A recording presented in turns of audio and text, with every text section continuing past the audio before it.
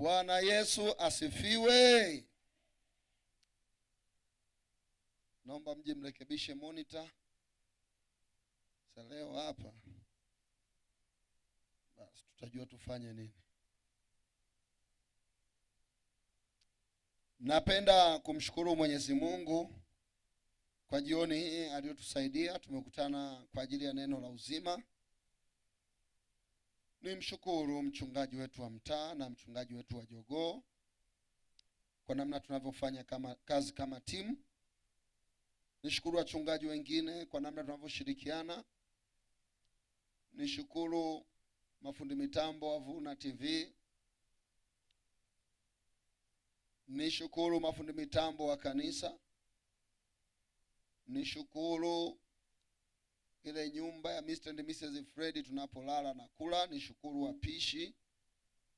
Nishukuru meza vitabu. Nishukuru kwaya zote, washiriki wote, kamati ya makambi wakiongozwa na mwenyekiti wa kambi, mnasemaje? Lakini nishukuru jioni ya leo tumetembelewa na kiongozi wetu toka conference, publishing director. Napenda kukwambia kwamba sijui uko wapi. Napenda kukwambia kwamba uliwakilishwa vizuri. Watu ni wema, wanafaa kupewa wageni. Alafu na msiwe na wasiwasi, maana wanajua kuhendo wageni kwa viwango vya juu. Kwa kila mnapopata mgeni muwakumbuke. Nadhani inatosha. Fungua pamoja nami Zaburi 104 fungu la 16. Leo tulisema tunahubiri nini?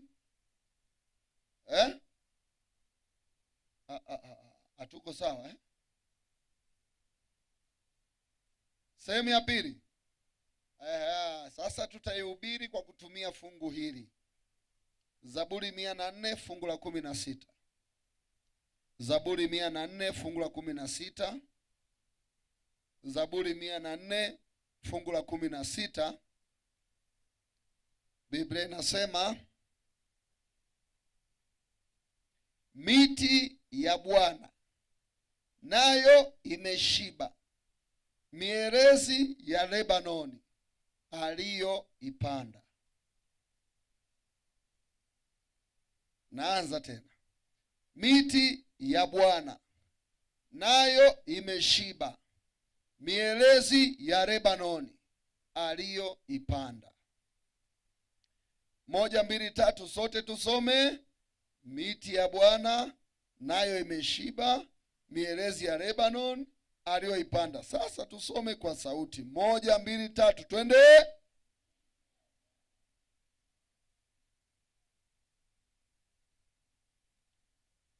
Tena 1, 2, 3.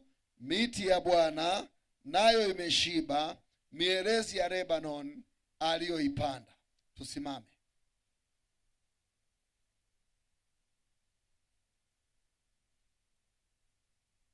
Kumbuka fungu tuliloliacha jana inasema mwenye haki atastawi kama mtende, atakuwa growth, atakuwa kama mlezi wa Lebanon. Lakini tumepitia ile fungu lisemalo miti ya Bwana nayo imeshiba, mierezi ya Lebanon aliyoipanda.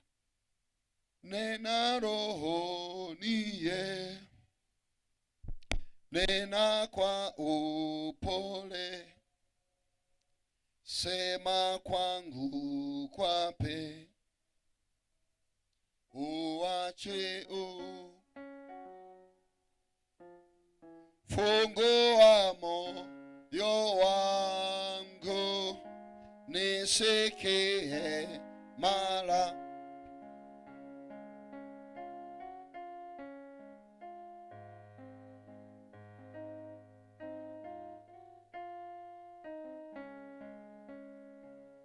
Kila siku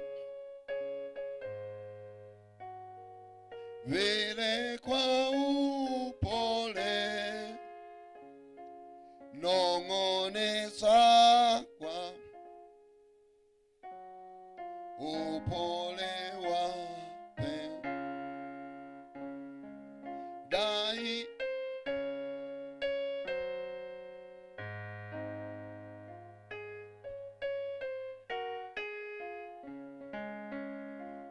nisikie maneno uachi. Baba, katika jina la Yesu nakualika ushuke unene nasi katika jina Yesu Kristo, amen. Yule fundi mitambo wangu mkamtafute popote alipo, vyombo havijakaa sawa. Yule mweupe mrefu, yaani mkamtafute popote alipo.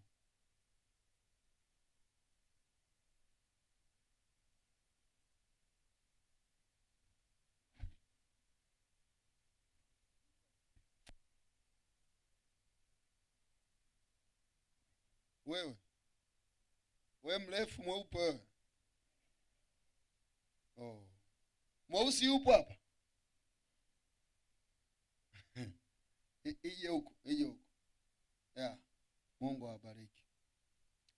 Miti ya Bwana nayo imeshiba, mielezi ya Lebanoni aliyoipanda. Funga Biblia yako.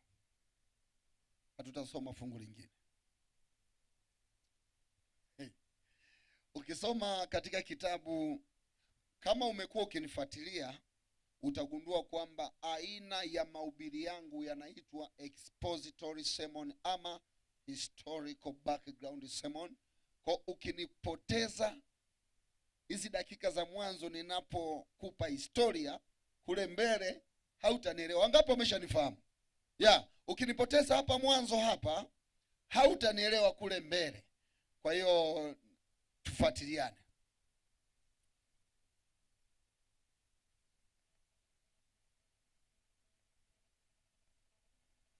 Mungu aliumba miti kwenye juma la kwanza la uumbaji. Lakini Daudi anasema, mielezi ya Lebanoni haikuumbwa, ila ilipandwa na Mungu mwenyewe. Na ni kazi ya ubiri kutoa utata wa fungu na kulifanya kuwa clear. Na ili tulielewe, tunarudi katika muktadha mwandishi alipoandika alikuwa anakusudia nini. Fungu letu la jana nasema, mwenye haki atastawi kwenda chini kama mtende, atakuwa growth. Kwa pale ni growth, nourished growth as ya cedars of Lebanon. Kwa nini Biblia iseme mwenye haki, miti ya Bwana nayo imeshiba, mielezi ya Lebanon aliyoipanda? Ndugu zangu katika imani, mimi Mungu kanijalia kidogo, sio sana, kusafiri. Ukienda Dubai pana shamba la miti ya mielezi. Ukienda Israeli pana miti ya mielezi. Ukienda Lebanon pana miti ya mielezi.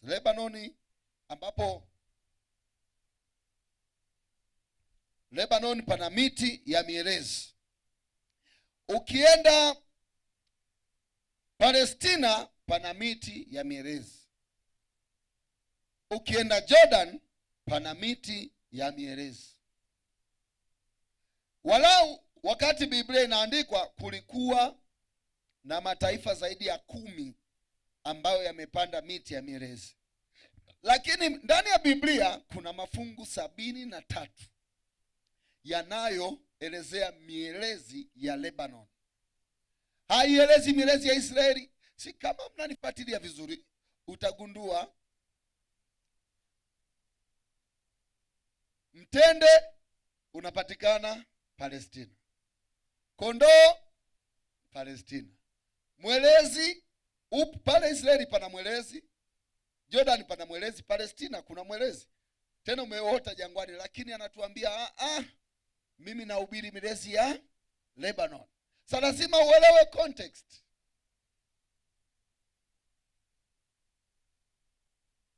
Kwa hiyo Mafungu yote yanaposema mwelezi wa Lebanoni, mwelezi wa Lebanoni, mwelezi wa Lebanoni, mwelezi wa Lebanoni, mti wa mwelezi ambao wenye haki wanatakiwa kukua kama wenyewe ni mti gani? Wengi hatujawahi kuona. Ni mti ambao upo kwenye triangle, umekuwa kwa umbo pembe tatu.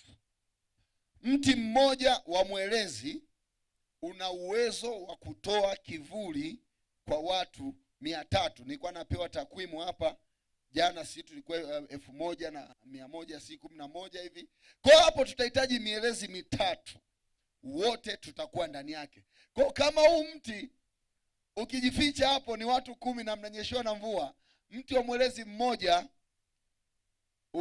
unatoa kivuli kwa watu 300 bila kuungua na jua wala kunyeshewa na mvua. Hata mvua kubwa kama hii ukijificha chini ya mwelezi wa Biblia, wakati huo mvua ilikuwa ikunyeshei. Mti wa mwelezi ndio mti pekee ambao mbao yake ni ngumu kuliko zote duniani. Pia mti wa mwelezi una uwezo wa kukaa ndani, mbao yake ikakaa ndani ya maji kwa miaka zaidi ya 100. Nilikwenda pale Lebanon kwenye makumbusho yao, pana swimming pool lakini sio ya kuogelea, na ndani kuna mbao ya mti wa mwelezi ambayo ina miaka zaidi ya 100, haijaoza wala kuharibika. Mti wa mwelezi ni mti ambao ni kijani kibichi Januari mpaka Desemba. Mvua inyeshe isinyeshe, yenyewe ni greenish all the time. Mti wa mwelezi ndio mti pekee ambao Ottoman Empire aliutumia kutengeneza meli.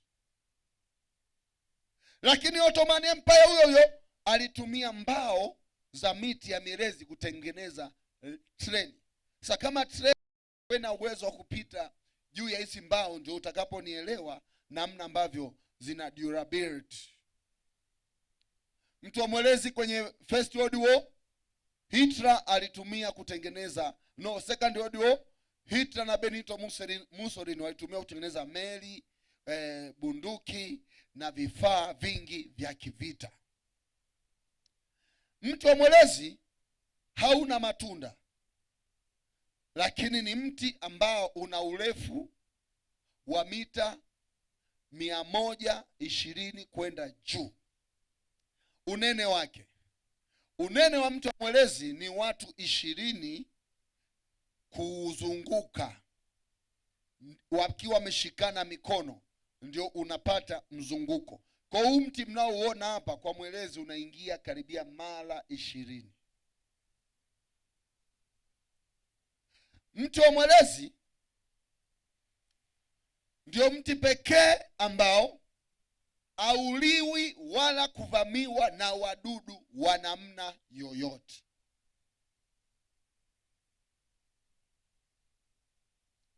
Matawi ya mti wa mwelezi.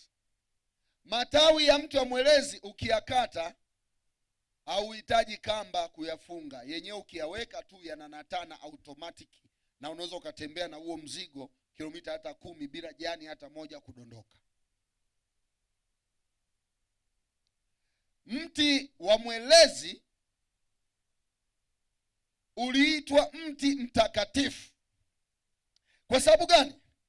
Ukisoma kitabu chako cha Mambo ya Lawi vizuri, patakatifu pa patakatifu, ili pa qualify kwa ajili ya huduma za patakatifu, palikuwa na matawi ya miti ya mielezi. Na ili patakatifu pakamilike, lazima pawe na matawi ya miti ya mielezi kwa ndani. Bila mti wa mwelezi tayari disqualified. Lakini mti wa mwelezi ni mti wa unabii. Ngoja nikupe unabii wake. Musa, Isaka anapanda mlima Moria, na anapopanda mlima Moria na baba yake kwenda kutolewa kafara, zile kuni ambazo Isaka anakwenda kutolewa kafara alizibeba Isaka mwenyewe, na zile kuni akazitandika akalala, na zilikuwa ni kuni zilizotengenezwa kwa mbao za miti ya mielezi. Na hizi kuni si kwamba zilitengenezwa kwa mbao za miti ya mielezi kwamba walikosa miti mingine. Walijua huu ni mti mtakatifu. Hapo hapo ambapo Isaka alilala, Suleiman anajenga hekalu mlima huo wa Moria. Cheki sasa, ukisoma Wafalme wa Pili, anaandika barua kwenda kwa mfalme wa Tiro. Lebanoni, Agano la Kale iliitwa Tiro ama Sidon.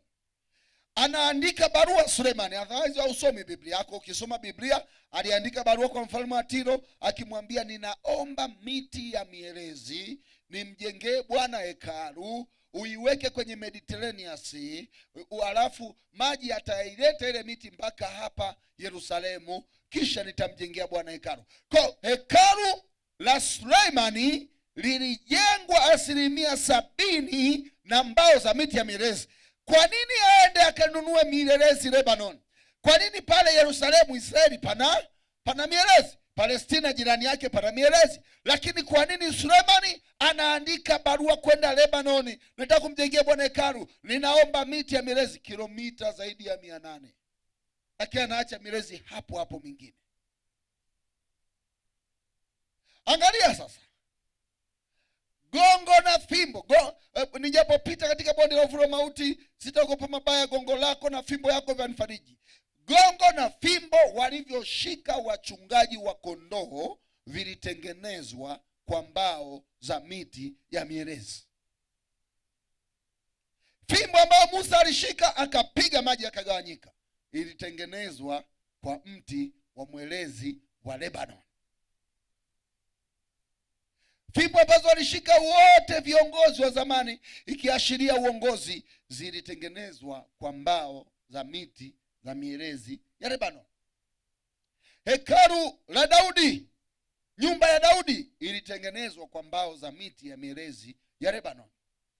Sasa angalia ikali kuliko yote, msalaba wa Yesu alioubeba mabegani mwake ulitengenezwa kwa mbao za miti ya mielezi. Sasa hebu jiulize, kwa nini Isaka anapopanda Moria anachoenda kulalia ni mbao za miti ya mielezi? Hapa tega sikio unielewe vizuri nisikuache. Maana huko mbele utafanya connection nzuri tunakoelekea. Kwa nini mbao alizobeba Isaka kwenda kulalia zilitengenezwa kwa mti wa mwelezi? Okay. Akaenda katika mlima Moria. Mlima huo hekalu la Suleimani linajengwa. Hekalu la Suleimani linajengwa mlima huo kwa kutumia mbao za miti gani? Ya mielezi. Mlima huo gongo na fimbo vya Daudi vilichumwa katika mlima Lebanon. Lakini mlima huo msalaba wa Yesu unabebwa. Sasa unajua kuna watu wanasema huu mlima ambao Isaka alitolewa ndio mlima ule ambao hekalu lilijengwa la Sulemani. Hapo hakuna shida, maana imetajwa Moria. Kule mbele ukabadilika ukaitwa ukaitwa fuvu la kichwa, Golgota, na wengi wanasema mlima ule wa Isaka ndio huu ambao msalaba Yesu ulikuwepo. Mimi nimebahatika kwenda nchi ya Israeli. Sasa ngoja nikwambie, ukiwa katika ule mji wa Israeli, kuna maeneo mawili yanayohisiwa Yesu aliangikwa ukiwa pale. Na pale eneo lile pana milima kadhaa. Israeli pana milima kadhaa, lakini hii milima ipo karibu. Mlima mwingine huko hapa, mwingine huko hapo mlipoweka bango la mahubiri, ambapo ndio panaitwa Moria leo. Mwingine huko hapa, mwingine tu huko hapo mbele, mwingine huko hapo, mlima Sayuni huko hapo. Kwa hiyo hii milima ipo karibu. Iko eneo moja lisilozidi eka 20. Kwa tunaposema alipotolewa Isaka na msalaba wa Yesu ulipowekwa ni eneo moja kwa context mbili. Eneo la kwanza ambalo Roman Katoliki waliligundua linaonyesha Yesu aliposulubiwa ni mlima huo Moria. Lakini eneo la pili lenye ushahidi mkubwa zaidi linaonyesha ni hiki kilima cha pili, lakini kiko eneo hilo la Yerusalemu hilo. Unauona huo hapo. Kwa mtu anaposema msalaba Yesu aliposulubishwa Yesu ndipo Isaka alipowekwa, mimi nasema huyo mtu tunampa 100%, kwa sababu hata kama sio mlima mmoja, ila ni milima unaotembea kwa mguu, tena within 10 minutes umefika Moria, umefika hapa kwenye msalaba wa Yesu. Wangapi wananielewa? Aha. Kwa hiyo maana yake nataka kusema nini? Niko najenga hoja hivi. Eneo hilo ambalo Isaka alitolewa kafara akalalia mbao za miti ya mirezi, ndilo eneo hilo Bwana wetu Yesu Kristo alibeba msalaba wa mti wa mwelezi akafia eneo hilo. Siku moja nikutana na mtu mmoja anahubiri, anasema, wapendwa, dhambi zetu zilimuua Yesu. Mwingine nikakutana anasema, hapana, Mungu alimuua Yesu. Nataka niwaambie hiyo teolojia haiko sawa sawa. Wewe hauna uwezo wa kumuua Yesu. Wewe hauna uwezo. Wala dhambi zako hazina uwezo wa kumuua Yesu. Hazina uwezo wa kumuua Yesu. Yaani mtoto wako akitumbukia kwenye shimo, ukiamua wewe kwenda kumuokoa ukafa, maana yake si mtoto amekuua, ila moyo wako wa kujitolea umesababisha uteleze ufe. Unasema, wewe pastor unaongea nini, unatuchanganya? Na mimi nakwambia soma Biblia yako katika Yohana 10:17 anasema, ndiposa Baba anipenda kwa maana ninautoa uhai wangu kisha ninautoa tena. Agizo hilo nalilipokea kwa Baba, hakuna aniondoleaye, bali mimi mwenyewe ninautoa kisha nautoa tena. Kwa Yesu alijitoa uhai wake kwa kupitia msalaba wa mwelezi, na Isaka alitaka kujitoa uhai wake. In fact nitawahubiria siku moja comparison and different between Isaka and Jesus, lakini sio juma hili, muda haupo. Kwa mti wa mwelezi ulikuwa sio mti wa kawaida. Sasa nataka nikwambie nini jioni ya leo? Biblia inasema miti ya Bwana nayo imeshiba, mwelezi wa Lebanon aliyoupanda. Unapofika mji wa Lebanon, mji ule mkuu wa Beirut, itabidi uende kilomita kama 70. Ukifika zile kilomita 70, mbele yako utaona nyakati zile za Biblia. Sasa hivi mambo haya yanaweza yasiwepo sana, kuna mabaki tu ya huu mlima. Ukiangalia kilomita 70 toka mji mkuu wa Lebanon. In fact Lebanon wamechukuaje hiyo heshima? Heshima ya Lebanon ni kwamba bendera yao ina nembo ya mwelezi, bendera ya taifa ina nembo ya mwelezi na kadhalika. Kwa ukiangalia juu utaona mlima wenye rangi nyeupe, mlima wa mawe. Huo ndio mlima unaoitwa Lebanon. Kwa nchi ya Lebanon ilichukua jina kwa sababu ya umaarufu wa huo mlima Lebanon. Huu mlima umeingia kwenye maajabu, kwenye Guinness Book of Record, mlima wa maajabu. Huu mlima ukoje? Huu mlima ndio mlima pekee ambao ni jiwe. Yaani ni jiwe kubwa kuliko yote duniani, ndio huo mlima unaitwa Lebanon. Nazungumza hivi, jiwe moja kubwa, unapotafuta jiwe kubwa kuliko yote duniani, ni jiwe hili ambalo ni mlima Lebanon. Hili jiwe lina urefu wa futi 8,000 kutoka hapa nilipokanyaga mpaka pale juu. Futi 8,000. Ni hapa mpaka kule mjini mbali kwenda juu. Alafu upana wake ni kama eka 10 hivi. Kwa ndio jiwe kubwa kuliko yote duniani. Kwa nini Biblia kila inapotaja mwelezi inakupeleka Lebanon? Kwa sababu juu ya hili jiwe pana miti ya mielezi. Sasa imeoteje? Maajabu ni kwamba hii miti imepandwa kwa mstari ulionyoka juu ya jiwe. Yaani mstari umenyoka, ukiwa juu ya mti, nyuma mti huu huoni mwingine, imenyoka. Alafu huku ni hatua 4, unapiga hatua 1 2 3 4, unakutana na mti mwingine. Kwa hapa katika ukiona watoto wako hawajaona unampenda mama kuliko wao, jiulize maswali.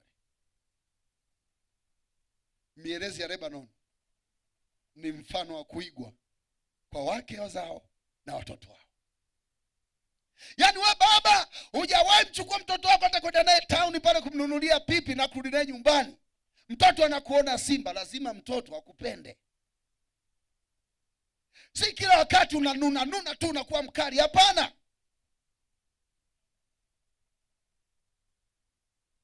Siku moja mke wangu nikamwambia natamani kasamaki, akapika kasamaki, akazidisha chumvi.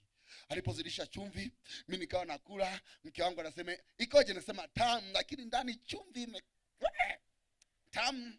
Watoto wakasema dadi, mama leo kachemka, kazidisha chumvi. Nikasema namna nyie, mimi kwa sababu nina hiki hapa, hiki kinafanya chumvi iwe nzuri. Nakula. Wewe sasa ungesema ni kweli mama yenu hajui kupika, ungewajengea mambo mabaya watoto. Mimi nikasema ni kweli, ni kitamu. Baadaye tulipoenda chumbani nikamwambia mke wangu, chakula cha leo kilikuwa kitamu sana kuliko siku zote, lakini ulizidisha kachumvi. Tayari ujumbe umefika. Wewe chumvi. Wewe baba, lea familia yako kama mtu wa Mwelezi, acha vurugu.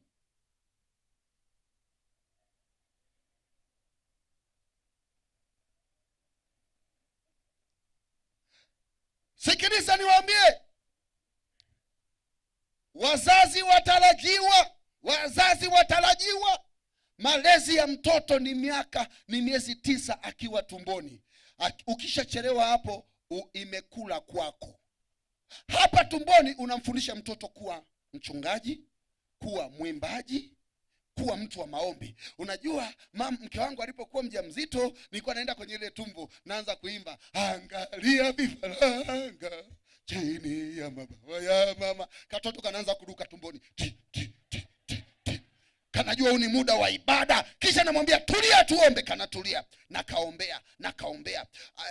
Afu baadaye nasema hebu cheza kidogo, kanaanza kanajua huu ni baba, tulia mama lale, kanatulia.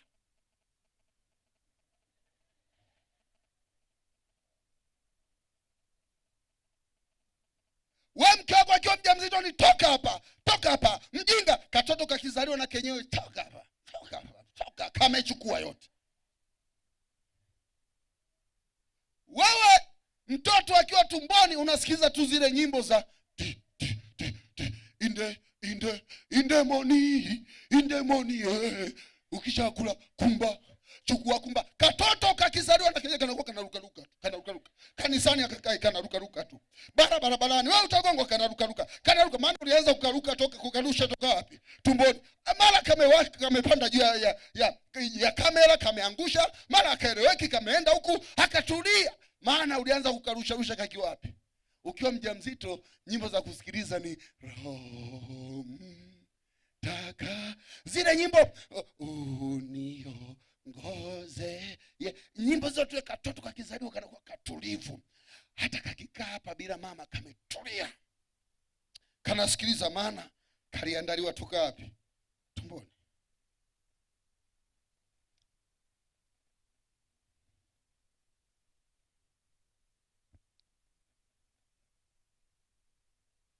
Binti yako akikuletea mchumba, mpokee. Usimwambie usiolewe na huyo. We mama, acha wivu. Wewe si umeshaolewa, umezaa, au na unataka uolewe na huyo kijana? Acha wivu. We mama, unakuwa na wivu binti yako kwa sababu anaolewa. Mruhusu, maadamu huyo kijana ni mcha Mungu, sio mchawi. Maana kuna vijana wachawi. Akiwa mchawi mzuie. Sio mchawi, ni mcha Mungu. Acha waoane, wabariki waoane. Usizuie watoto kuoana. Sasa kwa sababu mimi ni rafiki watoto wangu, Mtoto analia, namtaka baba. Nikapanda gari. Mke wangu akaniambia amegoma kula, Precious kagoma kula kabisa, anasema anamtaka baba, amegoma kula. Nikapanda gari lori, nikasafiri kuanzia saa 9, nikafika saa 8 usiku ile hospitali. Nikamwambia mlinzi, kuna mtoto wangu amegoma kula, nimekuja kumuona. Mlinzi akasema usiingie saa 8 usiku, sio muda kuona wagonjwa. Nilimwambia neno hili, umwai kuzaa? Akasema ndio. Asa haya blaza, ingia. Nikaingia, neno moja tu.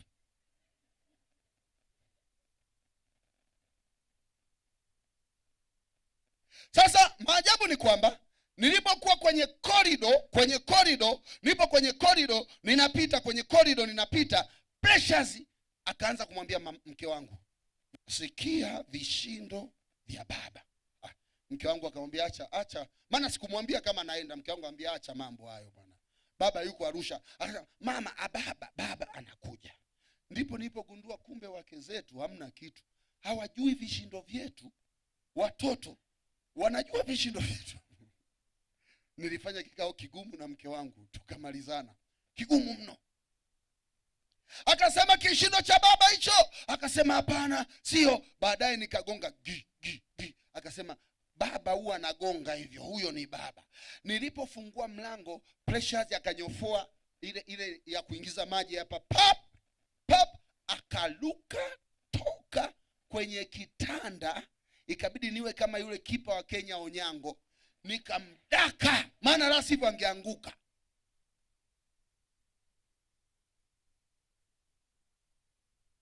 Nilipomdaka akasema baba, wameninyima chakula.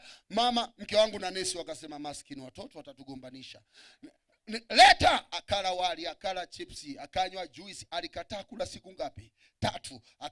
Akala na pale madaktari wakasema kama amekula basi atoke hospitalini. Baadaye wakatupa, tukaondoka naye, lakini alikuwa amegoma kula. Anasema baba. Sasa nataka nikuulize, kilichosababisha ajue aseme baba aje, lakini kilichosababisha ajue hatua zangu kwenye korido ilikuwa ni nguvu ya damu yangu kwa mwanangu Precious. Kilichosababisha apone ni nguvu ya damu yangu kwa mwanangu Precious. Kama mimi nilikuwa na nguvu kwa mwanangu Precious, habari gani kuhusu damu ya Yesu kwako? Ni nguvu, ni ulinzi, ni uponyaji. Mwenye haki atakuwa kama mwelezi wa Lebanon.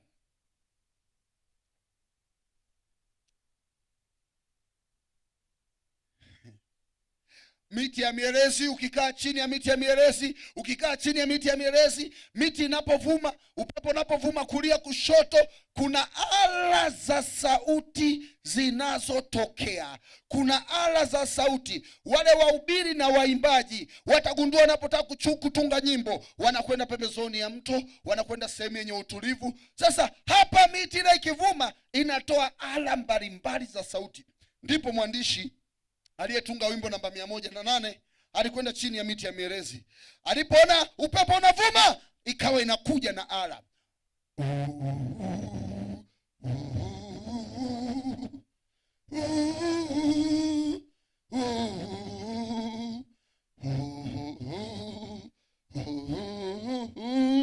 Ndipo akaandika wimbo tumesikia mbiu. Bwana asifiwe. Sasa hebu ngoja tu huo wimbo nikupeleke uone namna ambavyo alivyoandika inavyoshabiana na mielezi. Ya kwanza inasema tumesikia mbiu. Maana yake nimesikia mbiu kutoka kwenye miti. Okay, twende. Tumesikia mbiu Yesu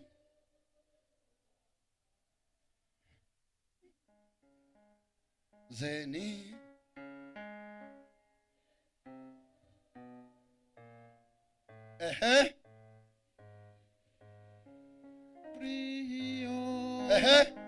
nchini bahari. Weka kituo kwanza, nchini baharini. Sasa ukiwa kwenye hili jiwe, chini yako kuna bahari ya Mediterranean, okay? Ndio maana nasema sikia amri nchini na wapi? Na baharini. Endelea hapo, enezeni